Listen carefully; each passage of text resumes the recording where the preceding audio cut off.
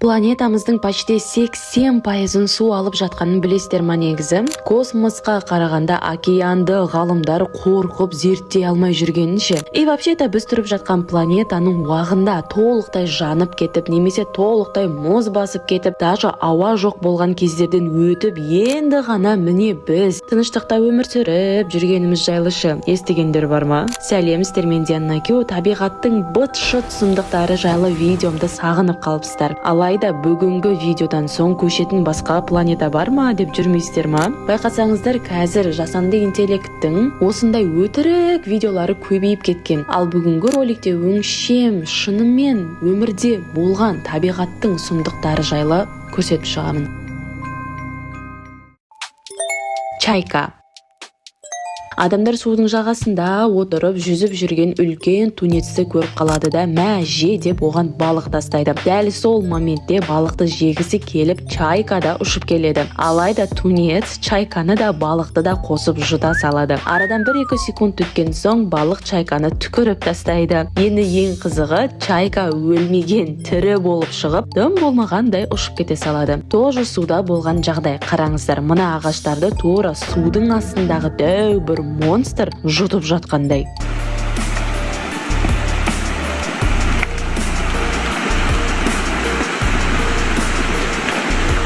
Негізі ешқандай да монстр емес, судың астында үлкен воронка бар болып шықты. Сол воронка ағаштарды өзімен бірге әкетіп жатыр. Негізі воронкалар менің фобиям. Жақындамау былай тұрсын, әшейін қарауға да қорқам. Ішіне түсіп кетсең, айбы, кім білсін не болатын не? Оны қойыңыздаршы, мейлі өлейін деп жатқанын біліп тұрып, ыржиып күлетін адамды көргенсіздер ма? Мына қайықта екі еркек жүзіп баратыр. Басында айбы, не болды, қайық дұрыс жүзбей жатыр ғой деп бастарын қатырып тұрды. Сөйтсе айналайындар, қайықтарыңның түбі тесік екен ғой. Ішіне су толып, қайық суға батып бара жатыр, ал өздері ыржыңдап тұр.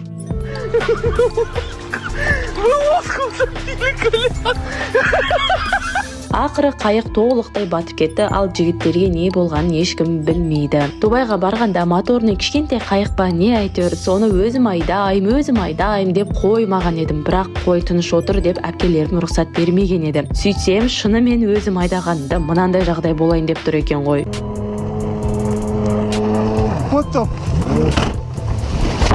Ужас, я. Өлә, қалай ойлайсыздар, жігіт артынан келе жатқан тонна қардан қашып үлгере ма?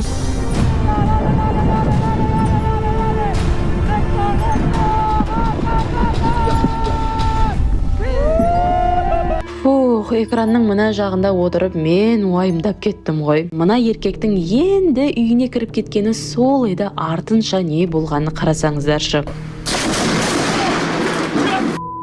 Мұнадан кейін Құдайға сенбейтіндер де намаз оқып кетеді ғой. Диана мені бұлай найзағай ұрудан Құдай сақтасыншы дегендер не істейміз? Әрине лайкты чақ-чуқ етіп басып жібереміз. Басқан болсаңыздар, кеттік онда. Жаңадан алған машинаңды осылай су әкете салса, ай, жалқа ғой.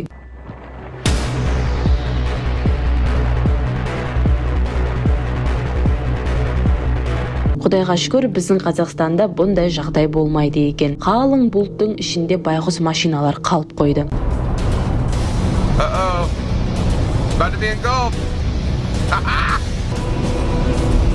People are scrambling in the desert.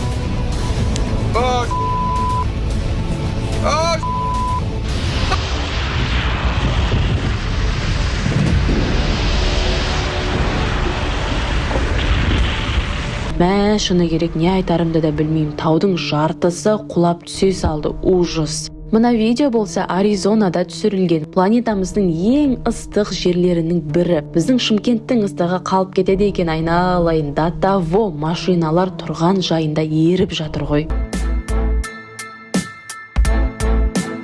Охо, әр табиғаттың апаттары жайлы видео істегенімде мұздың қирағанын көрсетпей кетпесем болмайды ғой. Кайф.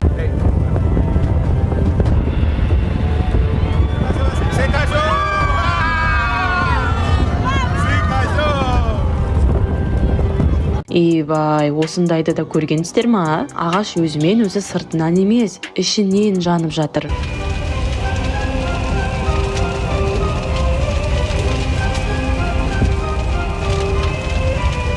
Не бұл енді? Ақыр заманның белгісі емес па? Ағашқа таң қалып тұрғандар, ал бұл вообще дәл осы Яма Түркменстанда орналасқан уже неше жылдардан бері тоқтамай жанып жатыр екен. Ужас кино сияқты, я?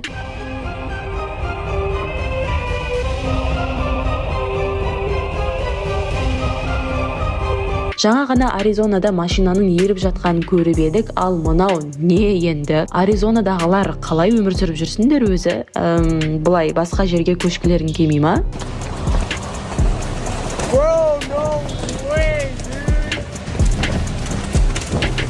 Ай, байғұс адамдардың үйлерін кейбіреулер 20-30 жылдап әрең дегенде үй сатып алады, кейін оны табиғаттың өзі осылай быт-шытын шығара салса.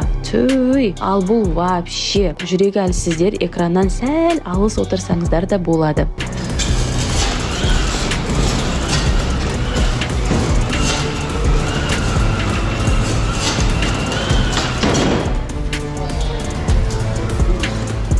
Алдын қазір де тек бір үйге жаңбыр жауып тұрған фото, видеолар атақты еді. Адамдар бұндай болу мүмкін емес деп таң қалып отыратын. No. Оказывается, мүмкін екен. Мына видеода шынымен де бір ғана үйге жаңбыр жауып тұр. Айбөй, ұстамашы. Мұна өсіп тұрған бір шөп ба десем, бәрі майда өрмекшілер екен. Или краб.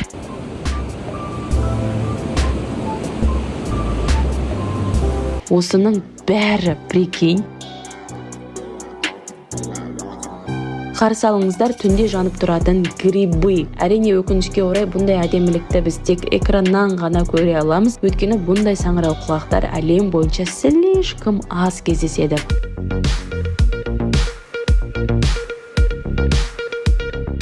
Ана атылып тұрған судың өзі вау болып тұрса, еще қасында жартылай кемпір қосақ шығып тұр ғой.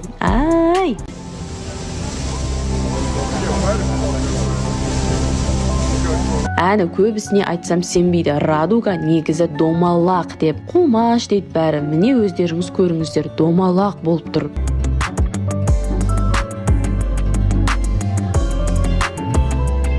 Әшен бұлт қой дегенге сеніп отырмаңыздар. Точно осы типа труба арқылы аспаннан өзге ғаламшарлықтар түсіп жатыр. Гарантирую. Шыны керек, осындай жанып тұратын пляжға бару менің прям үлкен арманым.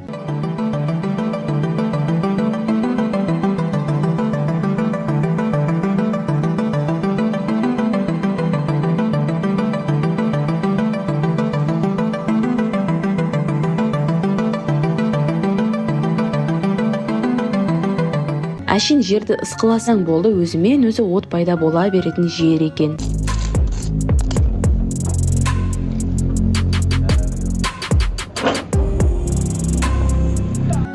Судағы отты қалай түсінеміз,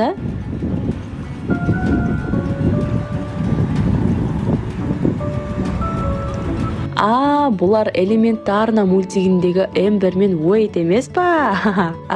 Жынды видеоға түсіріп тұрмай қашсай.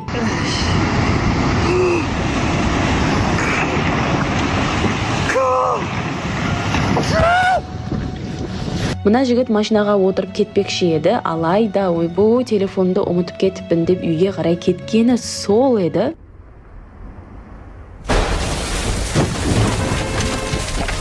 Өлә, сұмдық. Мына келе жатқан батпақ па, не өзі?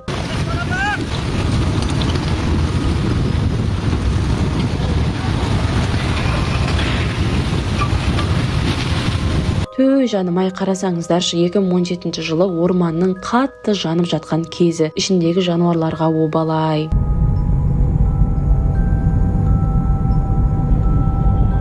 Жердің бұлай құлауы үшін не болу керек өзі?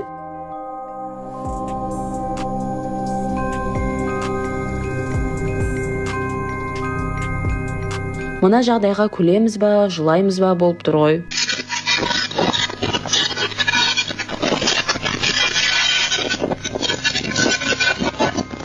Жеті жыл алдыңғы тағы да Калифорнияның жанып жатқан орманы.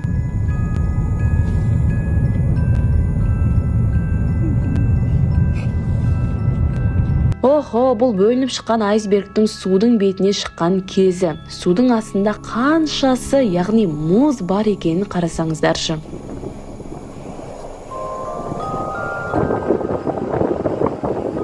Міне тағы да аспанда фонарик жағып жүрген біреу. I hope it's getting it on the camera. I can't even see the screen. Holy. Whoa, look at that. The red one just... Дәл мына жерге қарап тұрыңыздар, өзімен өзі яма пайда болады.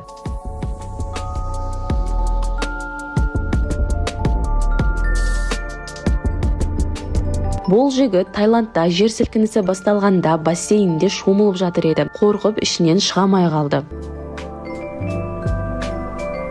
Жұлдыздың құлауы, мәссаған.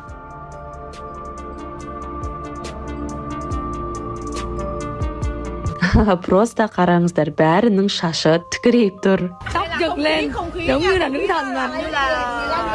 Фу, вагонның құлауына сәл-ақ қалды.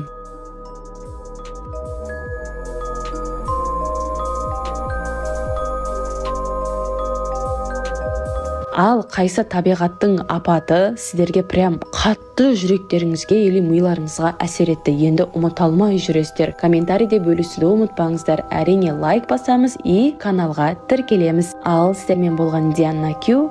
Келесі роликте кездескенше.